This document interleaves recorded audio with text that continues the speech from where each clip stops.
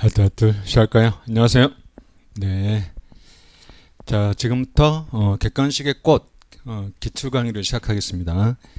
자, 저는 나무백 이상근입니다. 나도 모르게 100점. 일단 객관식은 특정이 선지 5개가 있고 따라서 그 중에 정답이 있다는 얘기죠. 그래서 꼭 정확히 잘 몰라도 어떤 느낌을 가지면 일단 찍고 그러다 보면 나도 모르게 100점이 나올 수 있다는 게 객관식입니다. 이번 강의는 물론 이제 기출은 감정평가사 기출을 하겠지만 하지만 나머지 공인회계사나 노무사 이런 시험도 일단 수업을 들어도 괜찮겠습니다. 일단 요 수업을 듣고 객관식의 경제학을 이렇게 풀 수 있구나, 이런 스킬로 정답을 찾으면 되겠네 라고 공부하신 다음에 여러분들의 기출, 공인회계사면 공인회계사 기출을 딱 뽑아서 여러분들이 분석해 보시고, 노무사면 이제 노무사 기출만 뽑아서 저에게 배운 스킬로 분석해 보시면 되겠습니다.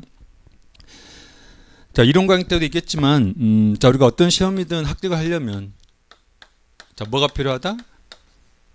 이론, 그죠? 이론. 자, 우리가 이론을 모르고서는 합격이 어려워요. 그래서 반드시 이론 강의를 들어야 되고, 그 다음에 이제 두 번째는 문제 푸는 스킬이죠.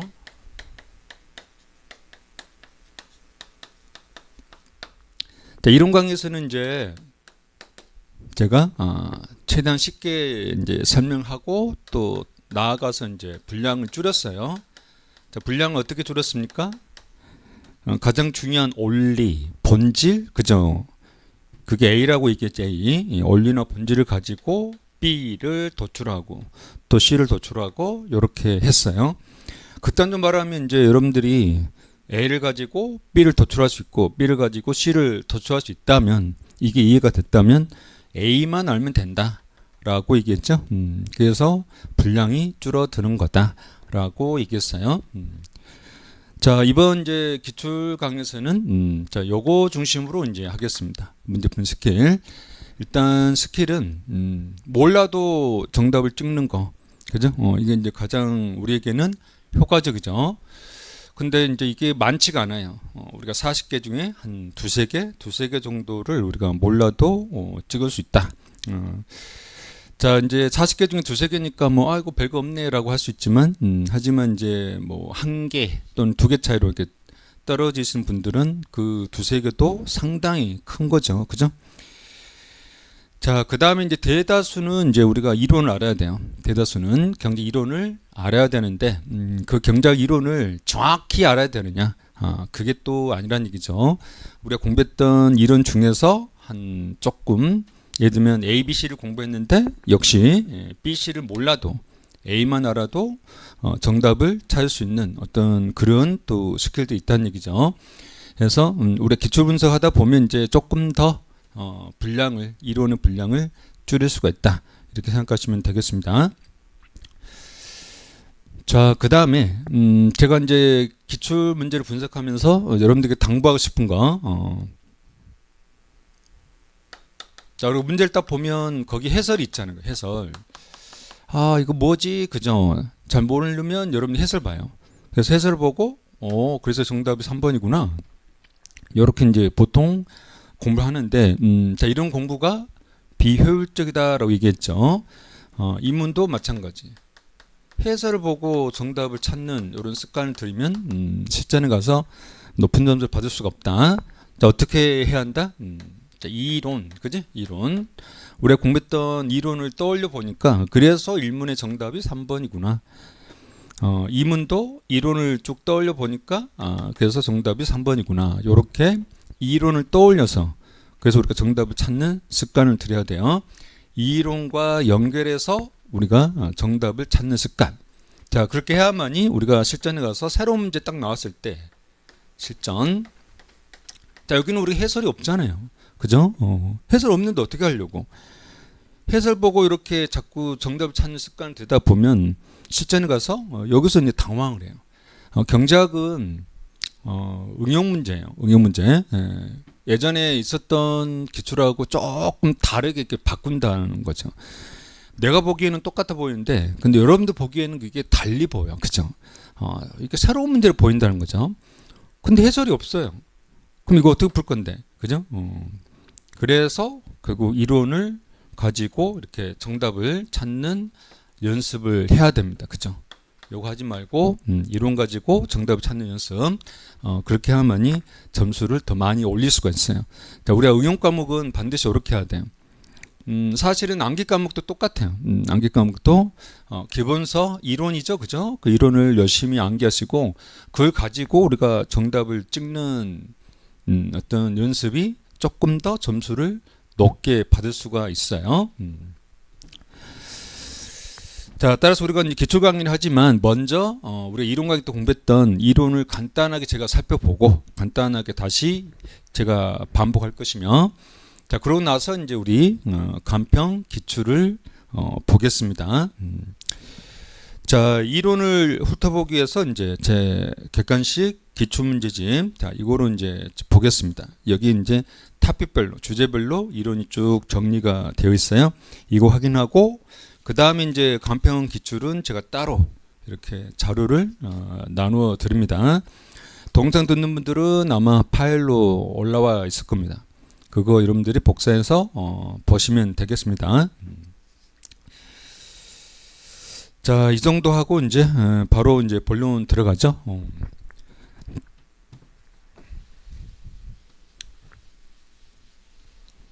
자, 우리가 공부했던 경제학의 이론을 다시 한번 간단하게 살펴보겠습니다. 일단 여러분들이 객관식이긴 하지만, 그러니까 문제 보고 정답 찍고 문제 보고 정답 찍고 이렇게 따꿍따꿍 정답을 찍는 그런 객관식이긴 하지만, 그래도 전체 흐름을 알고 있어야 돼요. 어떤 한 과목의 전체 흐름을 알고 있느냐 아니면 그냥 부분 그냥 찍느냐 하는 것은 분명히 40문제 풀 때 어디선가는 차이가 나게 돼 있어요. 그래서 이왕 우리 이론을 공부한다면 전체 흐름을 알고 우리가 공부하는 게 조금 더 점수를 받을 수가 있다. 그래서 전체 흐름을 일단 다시 한번 보겠습니다. 자, 경제학은 뭐 하는 거다? 경제학은 시장을 재생한다. 그죠? 누가? 정부가. 자, 이걸 어떻게 분석한다 했어요? 좀 더 구체적으로 시장에서 균형을 잡는다 했잖아. 그지? 자, 우리가 모형을 통해서 시장을 분석한다 했어요. 그죠? 미시는 미시 모형, 거시는 거시 모형, 국제 경제학은 국제 경제학 모형이 있다라는 거죠. 이 모형 가지고 균형 잡고 그 다음에 평가하고, 누가? 정부가.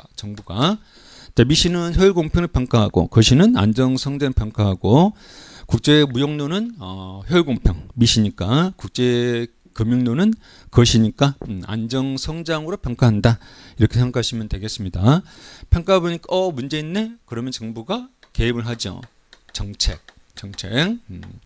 근데 이제 이게 미시라면 이때 최초 균형 A점 잡을 때 그때 그 이전에 뭐가 있다? 선택이 있다라고 했잖아. 그죠?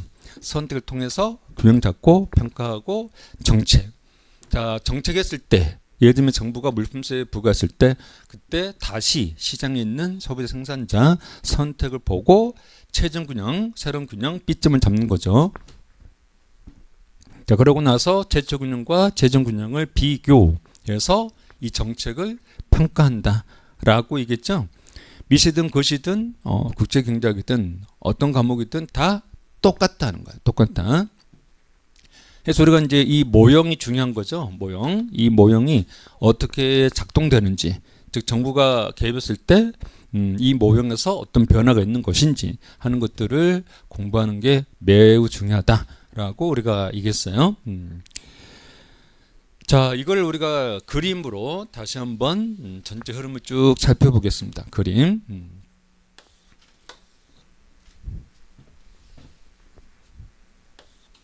자, 첫 번째는 우리가 대칭 원리죠. BQ 평면 또는 PXX 평면.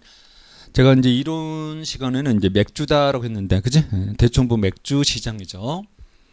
그러면 여기에 지금 이제 개별 소비자인데, 개별 소비자, 즉 대청봉 정상의 등산객 한 명의 선택이죠. 90, 70, 50 한 개 편입 곡선이다라고 했는데, 한 개 편입 곡선. 근데 이게 알고 봤더니 수요 곡선이다라고 했잖아. 그죠? 그래서 가구 10원이 주어지면 이게 한 개 비용, 수평선 한 개 비용, 이게 한 개 편익. 그래서 맞는 점 선택. 이렇게 우리가 얘기했죠. 자, 그 다음에 이제 이 개인들의 수요 곡선을, 소비자의 수요 곡선을 수평으로 합쳐서 뭐가 나온다? 시장 수요 곡선이 나온다라고 얘기했어요. 시장 수요 곡선. 자, 그 다음에 오른쪽에는 개별 생산자. 자, 대충 뭐 아래 마을 사람이다라고 이해하라 했죠, 그죠? 돈을 벌고 싶어서 지금 대충 뭐 아래에 있는 마을 사람이 맥주를 생산해가지고 지금 정상까지 들고 올라온 거죠. 이때 요게 뭐다? 13도 50. 즉 한 개 비용 곡선이다라고 얘기했죠. 한 개 비용. 근데 알고 봤더니 이게 공곡선이다라고 했어요. 공곡선. 그래서 가구 50원 주어지면 이게 한 개 편익, 즉 한 개 수익 곡선이다라고 얘기했지, 그죠? 한 개 수익 곡선. 그 다음에 한 개 비용 곡선과 맞는 점 선택. 뭐 이런 얘기했어요. 자, 이걸 우리가 이제 처음에 이론 첫날 얘기했는데, 그지? 이론 첫날. 모든 경제 주체는 순편익 극대화의 선택을 하는 거다라고 했죠. 알고 봤더니 소비자의 순편익은 효용, 그죠? 그래서 소비자의 목표는 효용 극대화고 생산자는 순편익이 이윤이다. 그래서 우리가 이윤 극대화다라고 불렸죠. 자, 그러고 나서 이제 우리가 2장 가면 즉 개별 생산자의 공곡선을 수평으로 더해서 시장 공곡선이 도출됐어요. 2장. 따라서 2장에서 만약에 이 대청부 맥주시장 형태가 완전 경쟁 시장이면 그러면 균형이 50,3이다라고 얘기를 했지요. 그래서 이 50원이 주어지면 옆에 있는 왼쪽에 있는 모든 소비자들이 이 50원의 가격 높이 수평선을 쭉 받아들이는 거죠. 그래서 MC가 수평선을 그어지면 개별 생산자가 자기의 수요 곡선과 맞는 점을 선택 이렇게 한다는 거죠. 그러니까 오른쪽에 있는 생산자들도 이 시장 가격 50원을 받아서 이게 한 개 편익, 즉 한 개 수익 곡선, 그리고 한 개 비용 곡선과 맞는 점에서 이윤 극대화의 X 생산량을 결정한다. 뭐 이런 얘기를 2장에서 했어요. 2장. 자, 그 다음에 우리가 이제 3장 가면, 3장, 4장 가면 요 소비자의 효용대 선택 있죠? 이거를 XY 평면에서, XY 평면, 즉 맥주와 수박 평면에서 똑같이 분석했어요. 자, 여기서는 이제 제약이 있었습니다. 그죠? 예산선이죠? 예산선. 그 다음에 효용 극대화. 무차곡선을 그려서 접하는 점. 이때 효용 극대화주는 맥주 수요량 X값 3개는 여기 X값 3개하고 반드시 똑같아야 돼요. 그림은 틀리지만 선택의 내용이 똑같다는 거야. 즉 똑같은 하나의 선택을 그림 여러 개로 분석하고 있는 거다라고 생각하시면 되겠습니다. 자, 이건 이제 3장 또는 이제 4장이죠. 그죠? 3장, 4장. 자, 그 다음에 이제 5장 가면, 이제 생산자 이윤자 선택 나오죠. 자, 지금 이윤을 극대화해주는 X 생산량 3개를 결정했어요. 그러면 이 X 3개를 어떻게 생산할까? 당연히 비용을 극소로 하면서 X 3개를 생산하고 싶겠죠. 자, 비용을 극소화하려면 노동을 얼만큼, 자업을 얼만큼 투입해야 되지? 그죠? 그럼 당연히 LK축이 나와야 되지. 그지? 노동 자본을 선택하고 싶으니까, 노동 크기, 자본 크기를 선택하고 싶으니까 노동 자본축을 우리가 그리는 겁니다. 자, 그나서 이윤을 극대화해주는 X 3개는 등량 곡선에 들어온다 했어요. 그죠? 등량 곡선. 자, 그나서 이제 비용을 극소화하려면 등비용선이 나와야 되고, 따라서 우리가 등비용선을 최대한 아래로 내리는 선택이 있었습니다. 그래서 뭐 노동자를 5명 필요. 즉 구입하겠다. 즉 노동 수요가 5명이다라고 얘기했죠. 그 다음에 자본 수요는 10대. 뭐 이런 식으로 우리가 5장에서 봤단 말이죠. 자, 그 다음에 이제 6장 가면 완전 경쟁시장 또 나오죠. 그러니까 3장 4장에서 XY축, 5장에서 LK축이 잠깐 나왔다가 6장 가면 다시 PQ평면, PXX 평면이 또 나온다는 거죠. 50,3마리죠. 자, 여기까지가 이제 완전 경쟁 시장입니다. 완전 경쟁 시장. 자, 그러고 나서 이제 7장부터는 시장이 비효율적이다라고 얘기했죠. 자, 독점 시장. 독점 시장. 그러면 독점 기업은 이걸 홀로 독차지하고 여기서 기구 2배 MR 곡선을 그려서 자신의 MC와 만원점 선택. 자, 우리가 X 생산량 2개로 가정했죠. 그 다음에 가격은 수요옥선 높이 해서 70원. 여기는 우리가 독점이다라고 했잖아. 그지? 순수 독점. 자, 그 다음에 이제 우리가 8장 가면 독점 경쟁 시장. 우리가 음식 시장을 떠올리라 했지. 음식. 그래서 개별 식당이 직면 수요 곡선을 그렸어요. 개별 식당 직면 수요 곡선. 시장 수요 곡선의 일부예요. 일부. 시장 수요 곡선의 왼쪽에 있는 건데 그래도 우리가 좌표는 똑같이 70,2로 찍었어요. 독점 경쟁 시장. 자, 그다음 9장 과점 시장. 자, 과점 시장 가면 이제 뭐 꾸르노, 스타크버그, 그다음 베르트랑 담합 여러 개 나오지만 그런 과점의 균형도 모두가 여기 수요 곡선에 세팅된다 했어요. 수요 곡선. 하여튼간에 완전 경쟁 시장과 다르기 때문에 이런 과점 시장, 독점 시장, 독점 경쟁 시장 모두가 비효율적이다. 뭐 이런 얘기 했어요. 그죠? 물론 이제 가끔 효율적인 시장도 있었지만 대부분은 비효율적이다. 이런 얘기 했죠.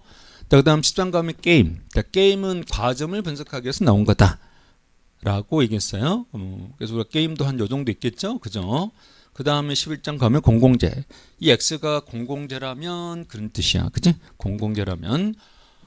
그때 우리가 일단 최적균형. 즉 정부가 계산한 사회적 최적인 균형점 구하고 그 다음 시장 균형 구하고. 그런데 이제 공공재는 시장에서 생산되지 않는다. 이건 회장 제가 예를 들었죠. 그래서 역시 여가 공공재라면 시장은 비효율적이다. 뭐 이런 얘기 했고요. 그 다음 이제 완전 경쟁 시장인데 근데 여기서 외부성이 존재한다면 12장이죠. 그러면 이때 이게 이제 시장 공곡선 즉 PMC고 그 다음에 추가로 이제 한계 외부 비용을 수직으로 더하면 SMC가 나올 건데 SMC가 이렇게 통과한다고 가정했어요. 그래서 정부가 계산한 최적인 균형은 SMC, SMB가 만나는 70,2고 따라서 완전 경쟁 시장이지만 비효율적이다. 뭐 이런 얘기 봤어요. 그죠? 완전 경쟁 시장인데 비효율적이다. 이게 12장이죠. 12장. 그 다음 13장 가면 시장에 정부의 비대칭이 존재하죠. 그래서 역시 시장은 비효율적이다. 13장까지가 시장은 비효율적이다. 이런 내용을 쭉 봤어요. 자, 그 다음에 14장 가면 노동시장. 자, 우리가 여기가 노동이고 여기는 노동의 가격이죠. 즉 WL평면이죠. WL평면. 자, 우리가 노동시장도 여기 상품시장과 똑같은 원리를 따르고 있다라고 얘기했죠. 그죠?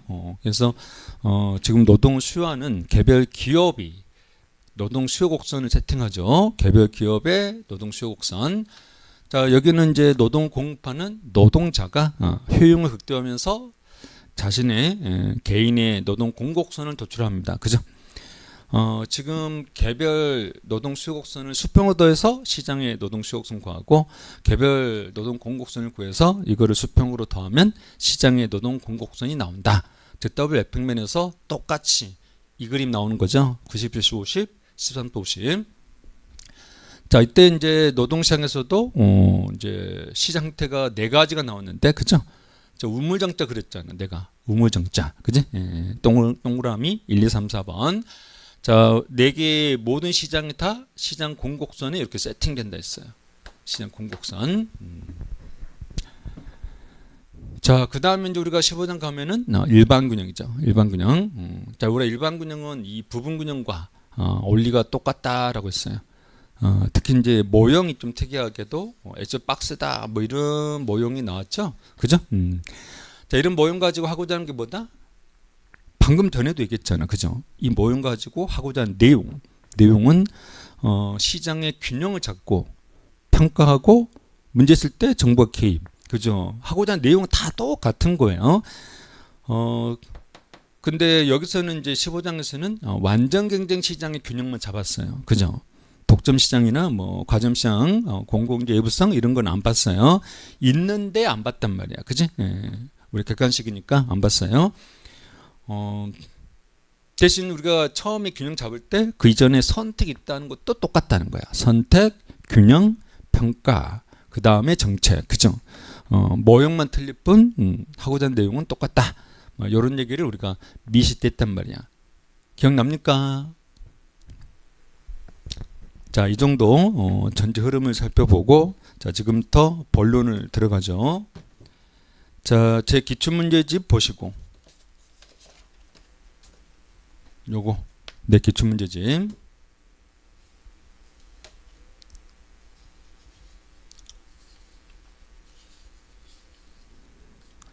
자, 10페이지 보시면 미시의 틀 하면서 이제 중요한 내용들이 쭉쭉쭉 나오죠. 그죠? 특히 우리가 2번에 보시면은 이제 모든 경제 주체든 선택할 건데 그 선택의 기준, 즉 가장 바람직한 선택은 뭐다? 합리적 선택이다. 합리적이 뭐라 했어요? 효율적이다. 효율적이 뭐죠? 극대 극소, 즉 최적의 선택이다. 이렇게 우리가 얘기했어요. 이렇게 우리가 합리적 선택하려면 조건이 뭐죠? 조건 두 가지가 있었잖아. 하나는 편익과 비용 원리. 비용보다 편익이 더 크면 선택한다. 비용이 더 크면 선택하지 않는다. 이런 얘기 했었고, 그 다음 두 번째가 한계 원리다 라고 얘기했죠. 한계 편익과 한계 비용이 일치할 때 그때 선택하는 것이 극대 극소의 선택이다. 수학적으로는 미분 등호 0이다. 뭐 이런 얘기를 우리가 쭉 했지요. 그래서 지금 여기 보시면 이제 중요한 그 그림과 그 다음에 중요한 조건들이죠. 이용대 조건 또는 효용대 조건, 즉 한계 원리들이 쭉 정리가 돼 있어요.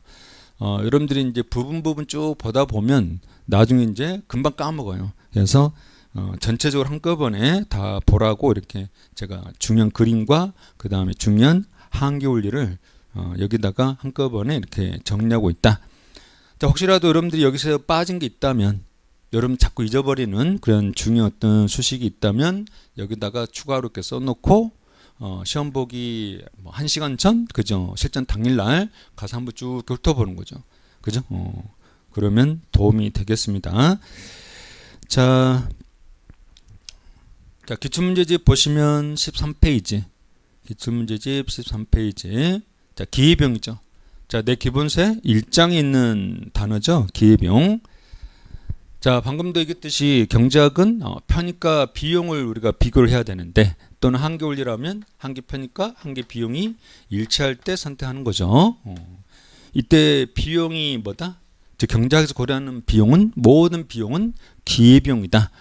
즉 결국 경제학의 선택이죠. 의사결정에서 반드시 고려해야 될 게 기회비용이다. 이렇게 얘기를 하죠. 자, 비교되는 것은 매몰비용이다 라고 얘기했어요. 매몰비용은 경제적 선택, 의사결정에서 절대로 고려하면 안 된다라고 우리가 이해를 합니다. 자, 그게 이제 숫자 1번에 나와 있죠. 그죠? 우리가 기회비용을 왜 공부하느냐. 그치? 왜 공부하느냐. 오른쪽에 한계 비용을 계산해야 되기 때문에 기회비용을 알아야 된다. 자, 기회비용은 2번에 보시면 키워드 3개. 선택, 포기, 편익 나오죠. 자, 그래서 예를 든 게 이제 대학 진학의 기회비용. 내가 4년의 시간이 있는데 그 4년의 시간 동안 어떤 기회가 있느냐, 어떤 것을 할 수 있는 기회가 있느냐. 첫 번째는 대학을 다닐 수 있는 기회가 있다.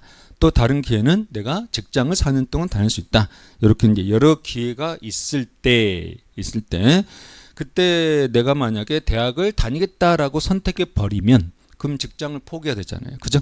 직장 동안 직장을 4년 동안 다니는 것을 포기해야 됩니다.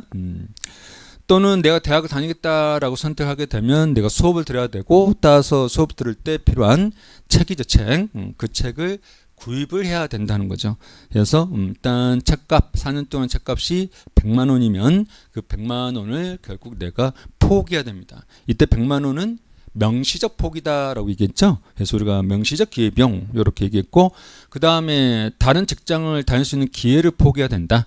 그때 얻을 수 있었던 4년 동안의 임금이 합의, 만약 1,000만 원이면 그럼 내가 대학을 다니겠다라고 선택했을 때 그 1,000만 원을 포기해야 한다는 거. 이때 1,000만 원 내가 직접 포기한 게 아니에요. 그죠? 암묵적으로 포기하는 거죠. 그래서 우리가 암묵적 기회비용이다라고 했어요. 자, 그 다음에 이제 스파이더맨 선택은 제가 설명하지 않았습니다. 이거는 우리 아직 간평에서 이렇게 자세히 안 나오니까 이거는 제가 설명을 생략했었고, 그 다음 5번 가격이죠. price. 자, 경제에서 가장 많이 얘기하는 게 가격인데 이 가격도 알고 봤더니 기회비용이다라고 해석할 수 있다 했죠. 자, 이런 해석에 익숙해야 돼.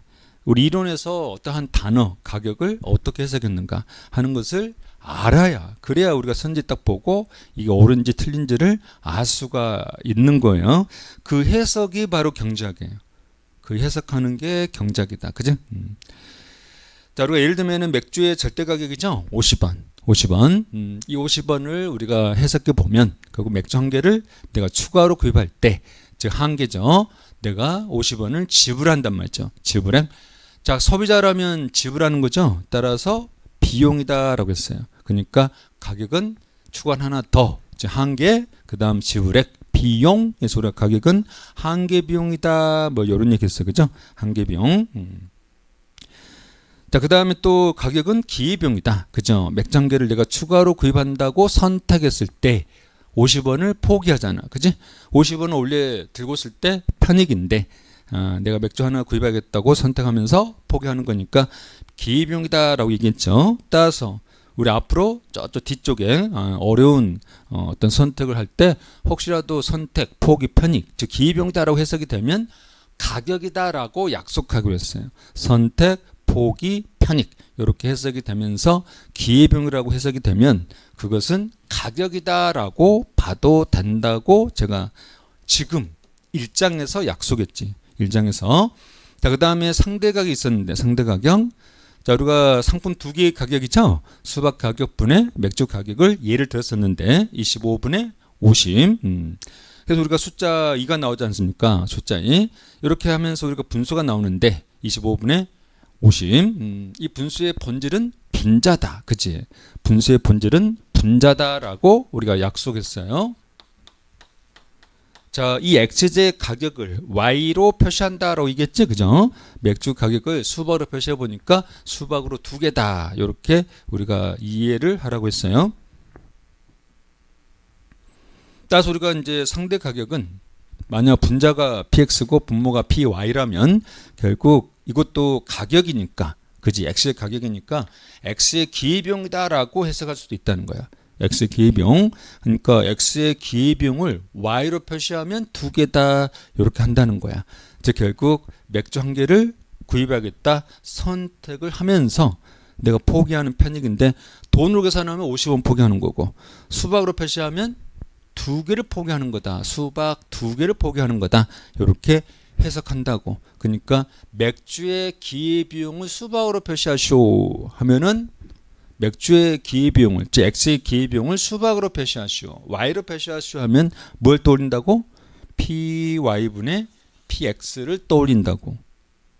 오케이? x의 기회비용을 y로 표시하면, 그죠? 이걸 떠올린다고. 오케이? 자, 그 다음에 이제 그림. 자, 우리가 생산 가능 곡선이죠? 자, 우리가 생산 가능 곡선 그림에도 기회비용이 있다 했어요. 기회비용. 자, 생산 가능 곡선이 뭐라 했습니까? 생산 가능 곡선. 자, 노동이 뭐 예를 들면 10명이 주어져 있고 자본이 50대가 주어져 있다는 거야. 이렇게 총 노동과 총 자본이 일정하게 주어지고 그 다음에 기술이죠. 생산 기술도 일정하게 주어져 있을 때 이때 최대한 생산 가능 XY 조합이다라고 얘기했죠. XY 조합. 그러니까 생산자 입장에서 바라보는 곡선입니다. 생산자 입장. 자, 우리가 최대라고 했으니까 당연히 효율적이죠. 그치? 생산 효율성을 당연히 만족하고 있는 곡선이고요. 자, 생산자, 기업마다 다 틀리죠. 자, 우리가 예를 들면 이렇게 만약 가정하면 그럼 여기는 최대치야. 여기도 최대치. 그래서 생산 가능 곡선 선상의 점들은 모두가 생산 효율성을 만족하고 있다. 이때 이 생산 가능 곡선은 기울기인데, 기울기. 자, 기울기라는 것은 x가 변할 때 y 변동, 델타 x가 분모고 델타 y가 분자죠. 아니면 우리가 순간 변화를 보면 접선의 기울기입니다. 접선의 기울기. 이때 우리가 생산 가능 곡선의 기울기를 이제 교수님마다 조금 표현이 틀려요. 표현이 틀리지만 영어는 똑같아요. 마이너스 rate of transformation. x를 늘릴 때 y를 어떻게 줄일 수 있느냐. 즉 x와 y의 대체죠. 대체 x와 y의 변환.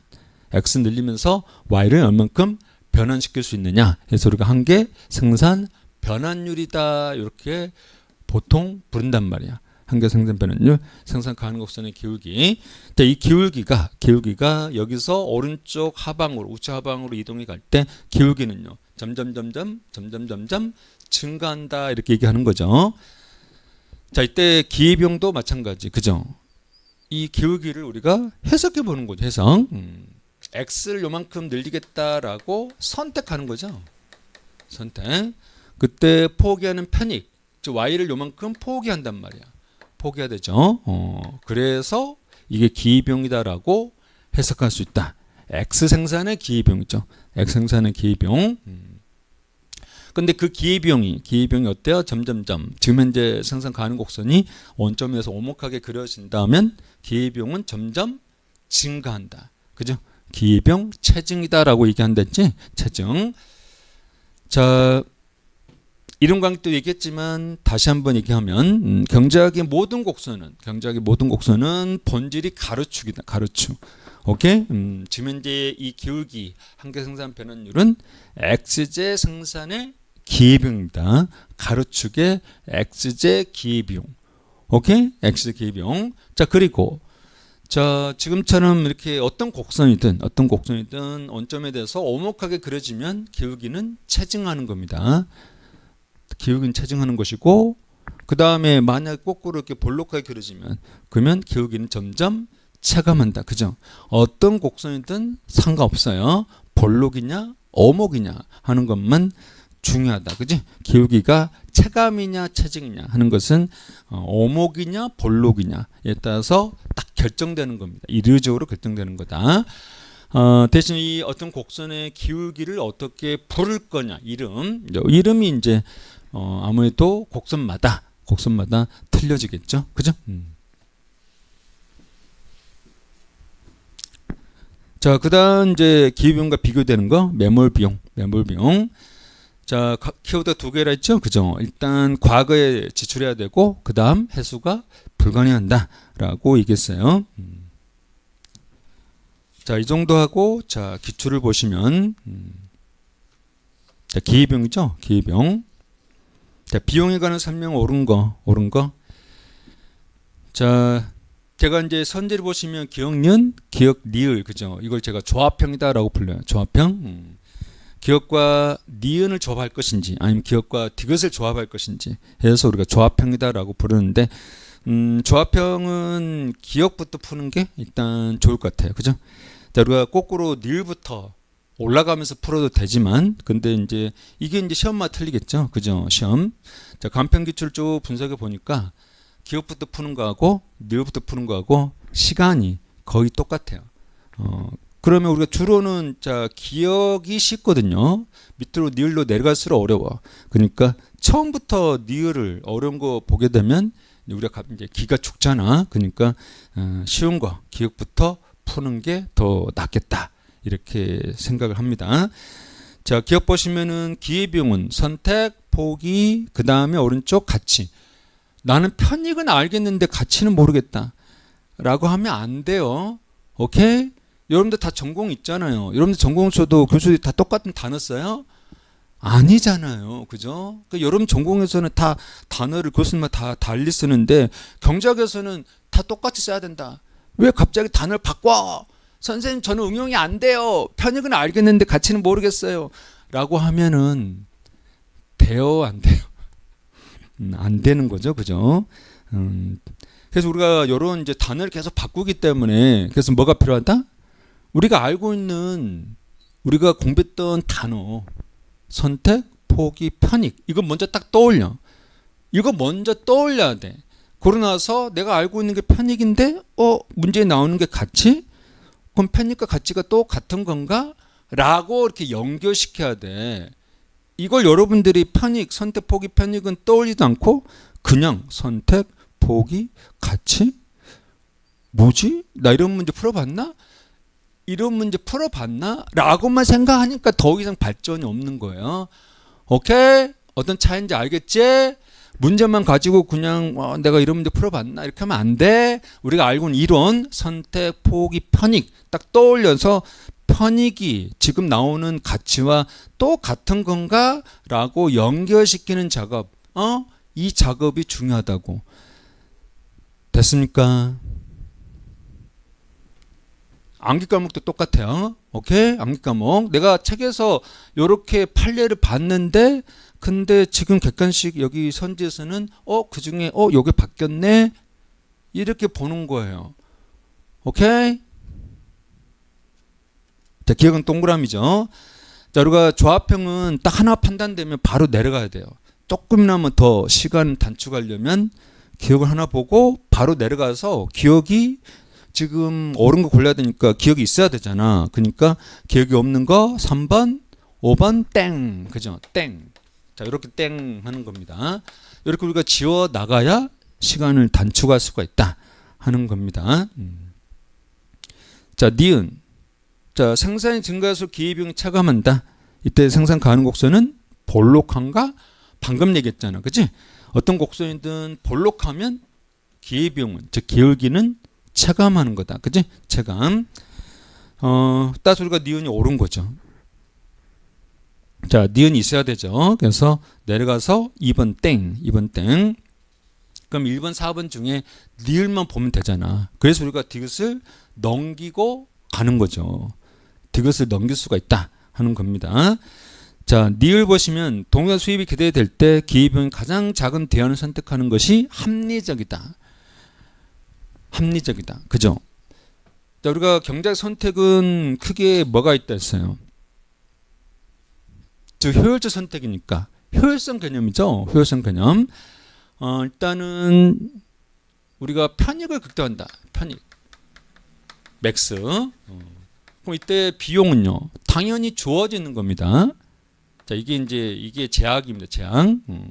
비용이 일정하게 주어져 있을 때 편익 극대가 효율적이죠.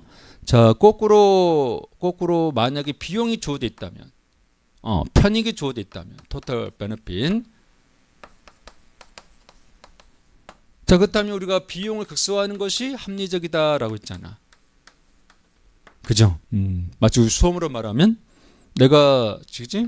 우리 앞으로 1년 동안 시간, 돈, 체력이 그치? 주어져 있는데 26년도 시험 봤을 때 내 점수를 극대화하는 거. 그게 효율적 공부다. 그게 합리적 공부다. 맞죠? 자, 그 다음에 내가 지금 점수를 합격권인 점수 예를 들면 80점을 받을 건데 근데 그때 걸리는 시간, 돈, 체력이 엄청나게 많이 소요되면 그죠? 5년 만에 80점 나와? 그러면 그 공부는 비효율적 공부죠. 그죠? 내 점수가 합격권의 점수 8점을 받긴 받을 건데 그때 내가 부담하는 비용, 시간, 돈을 최소화하는 것이 그게 효율적이다라고 한다는 뜻이죠. 그죠? 그게 합리적이다. 그래서 우리 경제적 선택은 둘 중 하나야. 둘 중 하나. 그러니까 효율성과 맞물려 있다라고 생각하시면 되겠습니다. 따라서 수입이 만약에 동일하다, 주어져 있다. 즉 편익이죠. 편익이 일정하다면 그럼 당연히 비용을 줄이는 것이 합리적이죠. 그죠? 니을은 당연히 옳은 거죠. 그래서 4번이 정답이고 가장 어려운 선지가 디귿이야. 근데 우리가 지금 밑에 조합형에서 하나씩 이렇게 제거하다 보면 디귿을 피해갈 수 있다는 거죠. 이게 교수가 출제자가 마음먹으면 디귿을 알아야만이 정답을 고를 수 있는 그런 난이도를 조금 올릴 수가 있겠죠. 그죠? 근데 지금은 우리가 하나씩 제거하다 보니까 디귿을 몰라도 정답이 나와버려. 그죠?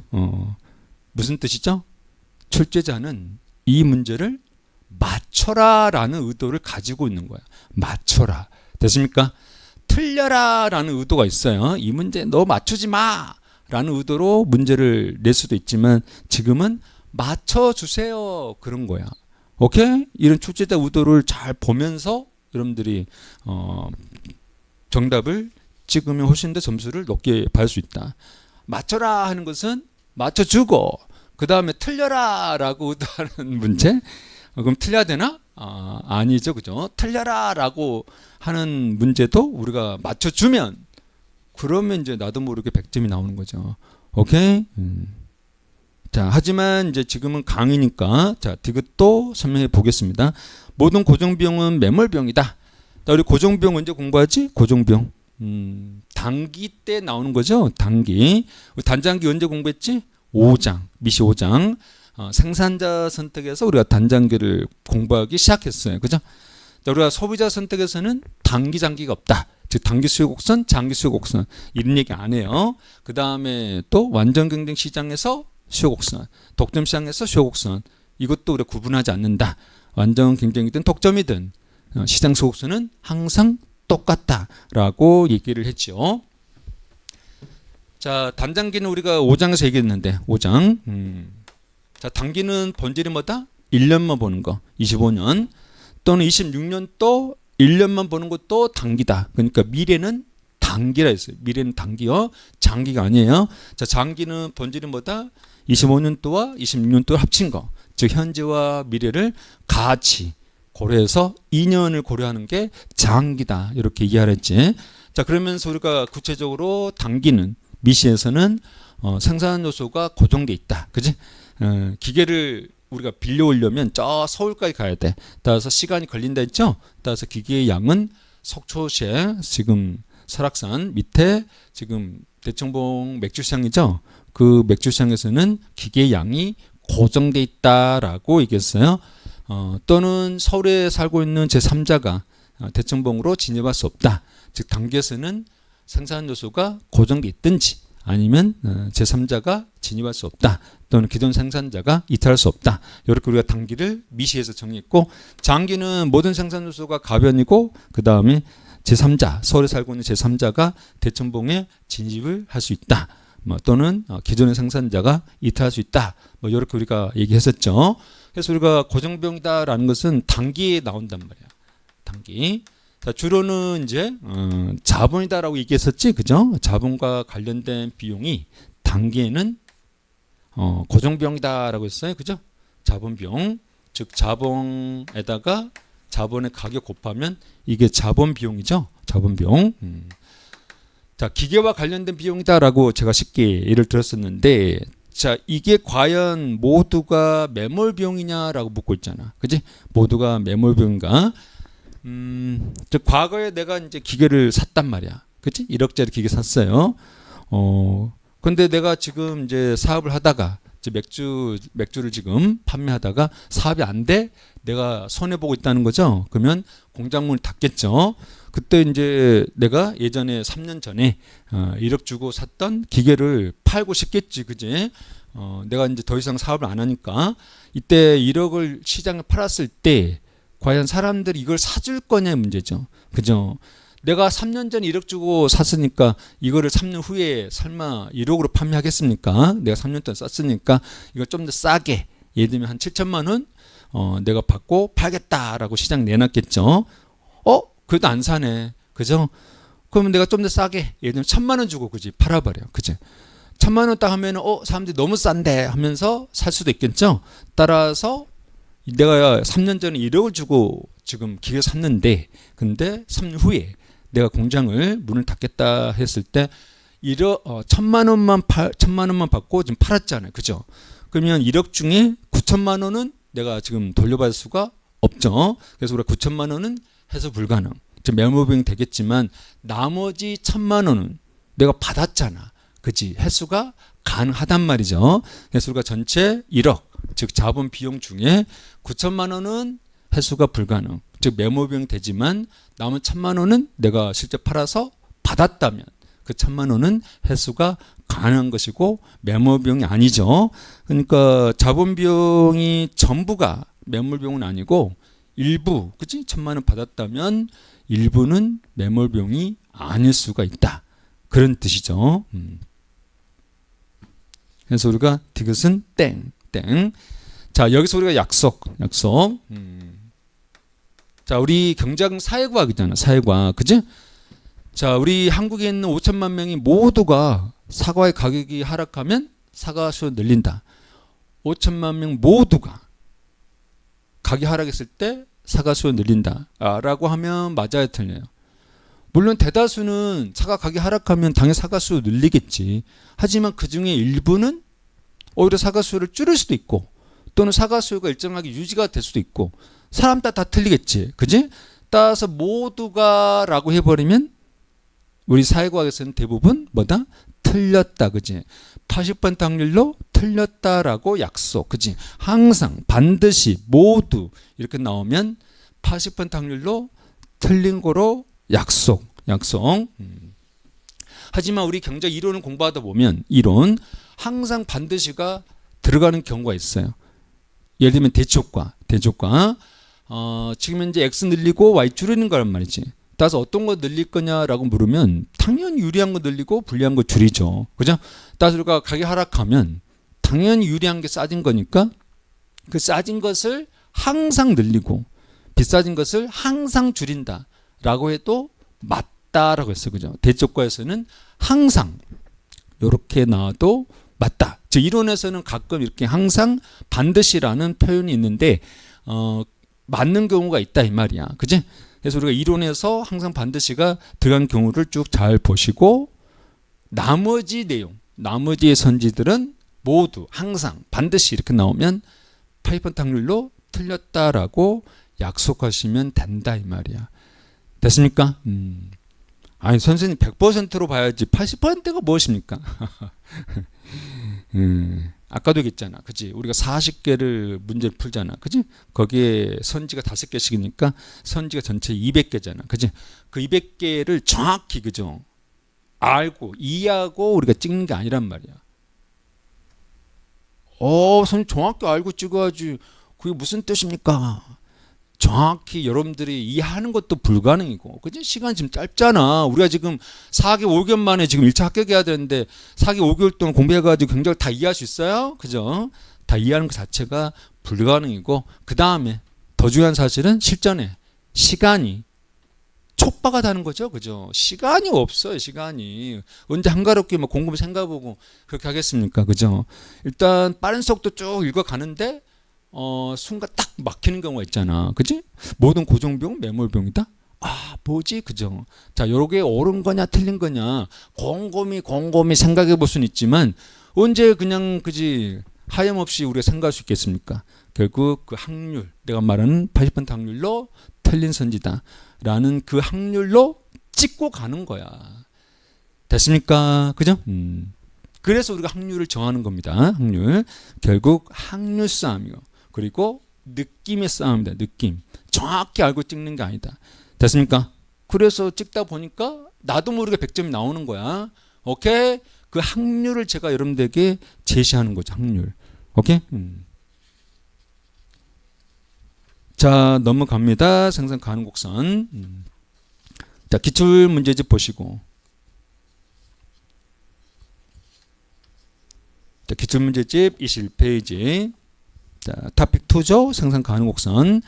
우리 곡선 하면 항상 목차는 뭐다? 기울기 이동. 그죠? 기울기 이동. 자, 기울기 이동 뭐지? 그게 정책이다라고 얘기했지? 정책.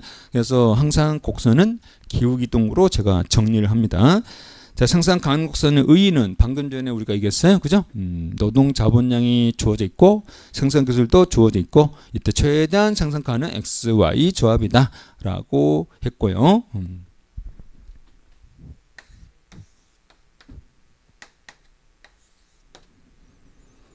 자, 여기는 지금 주어진 노동 10명, 자본 50대 가지고 최대한 생산은 X 뭐 50개, Y 80개 좀 그런 뜻이죠. 따라서 지금 요즘은요. X는 50개인데 Y를 100개 생산할 수 있다? 당연히 지금 현재 주어진 노동 자본 생산 기술 가지고는 달성 불가능이죠. 생산 불가능. 여기는 당연히 생산 가능하죠. 그죠? 생산은 가능하지만 하지만 Y를 80개 즉 20개 더 생산할 수 있는데 불구하고 60개만 생산했다는 것은 생산을 비효율적하고 있는 거죠. 생산은 가능하지만 그 생산은 비효율적이다. 여러분들이 지금 최선을 다해서 효율적 공부했다면 여러분들의 1차 평균 점수를 95점 받을 수 있는데 내가 93점 받아서 합격했다면 합격은 했지만 여러분 능력 가지고 최대한 효율적 공부해서 95점을 받을 수 있는데 93점 받았다는 것은 합격은 했지만 뭐다? 비효율적이다라고 얘기했지, 그지? 예, 합격이 효율성을 보장하는 게 아니다. 됐습니까? 여러분들이 5년 공부해서 합격은 해서 다행이긴 하지만 효율성 보장하지 못한다는 얘기죠. 그죠? 여러분들의 능력으로 3년 만에 합격할 수 있는데 5년이 걸렸다는 것은 비효율적인 공부다. 됐습니까? 그죠? 그래서 지금 여러분들이 공부하고 있다면 과연 내가 지금 현재 하고 있는 게 효율적 공부인가? 정말 쓸데없는 그지 삽질을 하고 있는 것이 없는지 하는 것들을 가끔만 한 달에 한 번 정도씩 생각을 해 보면서 공부하시기 바랍니다. 그죠? 한 달에 한 번 정도 가장 적합합니다. 날마다 고민하지 마시고 내가 하고 있는 게 효율적인가? 날마다 고민하고 있어. 그러면 안 되고요. 한 달에 한 번 정도 잘하고 있는지 일요일 날 쉴 때 생각해 보시고 나머지는 그냥 내가 선택한 거 내가 이렇게 하는 게 가장 효율적이다라고 생각했다면 믿고 한 달 동안 쭉 그냥 달리면 되는 겁니다. 오케이? 그래도 미심쩍다. 내가 하고 있는 게 효율적인가? 미심쩍으면 내 전화번호 알려줬잖아. 강의 계획서 7777-8824 그쪽으로 문자를 보내주시면 제가 얘기를 해드리겠다는 얘기죠. 선생님 간평도 안 해봤으면서 어떻게 알아요? 제가 감정평가사 공부는 안 해봤지만 워낙 많은 공부를 수도 없이 해봤기 때문에 어떻게 하는 게 효율적인지 그죠? 여러분들 과목을 쭉 보고 그리고 여러분들 기출이죠. 실전 기출을 대충 이렇게 들어보는 거죠. 어떤 형태로 나오는 것인지 들어보면 어떻게 공부하는 게 효율적인지를 어느 정도는 알 수 있다는 거죠. 그죠? 공부라는 게 다 비슷합니다. 그래서 우리가 30패스가 나오잖아. 그치? 행시도 합격하고 사시도 합격하고 예문고시도 합격하고 과목이 다 틀리는데 그죠? 그 세 개의 고시를 모두 합격하는 그런 사람들이 있다 이 말이야. 그지? 그 사람들이 무슨 능력으로 합격하겠습니까? 그죠? 시험의 본질은 비슷하기 때문에 그냥 하나 합격하면 나머지는 그냥 조금 더 쉽게 합격할 수 있다. 이렇게 생각하시면 됩니다. 본질은 동일하다 그런 뜻이죠. 자, 그다음에 생산 가능 곡선 기울기는 한계 생산 변환율. 아까 우리 얘기했었죠, 그죠? 자, x제 생산의 기회비용이다. 항상 가로축이 중요하다 했어. 가로축이 본질이다라고 했고요. MCY분의 MCX다라는 사실은 우리 객관식에서는 중요하지 않아서 패스. 자, 그다음 이동. 자, 우리가 방금 전에 주어져 있다 했던 거 노동이 10명 주어져 있고 그 다음에 자본이 50대 주어져 있다라고 했는데 이때 노동량이 15명으로 증가하면 그럼 최대한 생산 가능 XY 조합은 당연히 더 증가할 수 있겠죠. 그죠? 그래서 노동의 총량이 증가하면 생산 가능 곡선이 확장 바깥으로 이동할 수 있다. 자본 총량도 마찬가지. 그 다음 생산 기술이 증가하면 역시 바깥으로 확장 이동할 수가 있겠죠. 그 가로 2번이네, 그지? 가로 2번. 자, 우리 가로 2번을 그것도 공부했는데 우리가 지금 기초 강의니까 자, 이론 강의 때 했던 거 쭉 우리가 점검해 가면서 보겠습니다. 자, 뒤쪽 고시에서 나오긴 하지만 일단 똑같은 내용이 미시에서도 지금 생산 가능 곡선 이동 그 다음 고시에서도 똑같은 내용이 나오고 있기 때문에 이걸 자꾸 확인해 줘야 똑같은 거니까 우리가 나중에 거시할 때는 미시 때 봤던 거 생산 가능 곡선 이동 똑같네 하면서 빨리 넘어갈 수 있단 말이야. 계속 똑같은 것을 이렇게 찾아야 돼. 그래야 분량이 줄어들고 반복할 때마다 해독할 때마다 시간이 줄어들 수가 있다는 거. 오케이? 예. 자, 우리 언제 봤지? 기술 증가, 그 다음 노동 증가, 자본 증가. 언제 봤어? 우리 거시 가면은 PY 평면이 중요한데 그때 총 공곡선 나오죠? 총 공곡선. AS.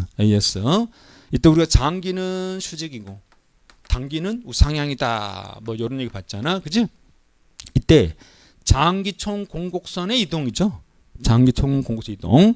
장기는 고전압파가 강조가 있고 고전압파는 실제를 중시한다라고 했어요. 물론 캔잡파도 실제를 중시하지만 캔잡파는 명목도 중시한다는 거야. 근데 고전압파는 명목을 아주 패대기 치는 거죠. 명목은 전혀 중요하지 않아. 실질만 중요해. 라고 얘기하는 거죠. 실질만 중에. 명목의 옷은, 사람의 옷은 절대로 실물에 영향 주지 않는다. 그래서 옷은 중요하지 않아 라고 하는 게 고전파, 이분성입니다. 고전파, 이분성. 그래서 고전파는 실질을 중시한단 말이야. 따라서 요 장기는 실질을 반영한다라고 얘기했지. 따라서 실질 충격이 발생했을 때만 이 수직의 S가 이동한다 했어요. 실질 충격. 그 실질 충격으로 제가 어떤 거 예를 들었습니까? 지금 얘기하는 거. 기술 진보, 노동 증가, 자본 증가. 그때 수직의 장기 총 공곡선은 우측 이동한다. 이런 얘기 했단 말이야. 오케이? 똑같은 겁니다. 똑같은 거. 결국 생산 가능 곡선도 실질을 반영하고 있다. 그 얘기죠? 그죠? X생산, Y생산 모두 실질이잖아. 실질. 그죠? 자, 문제 볼까요?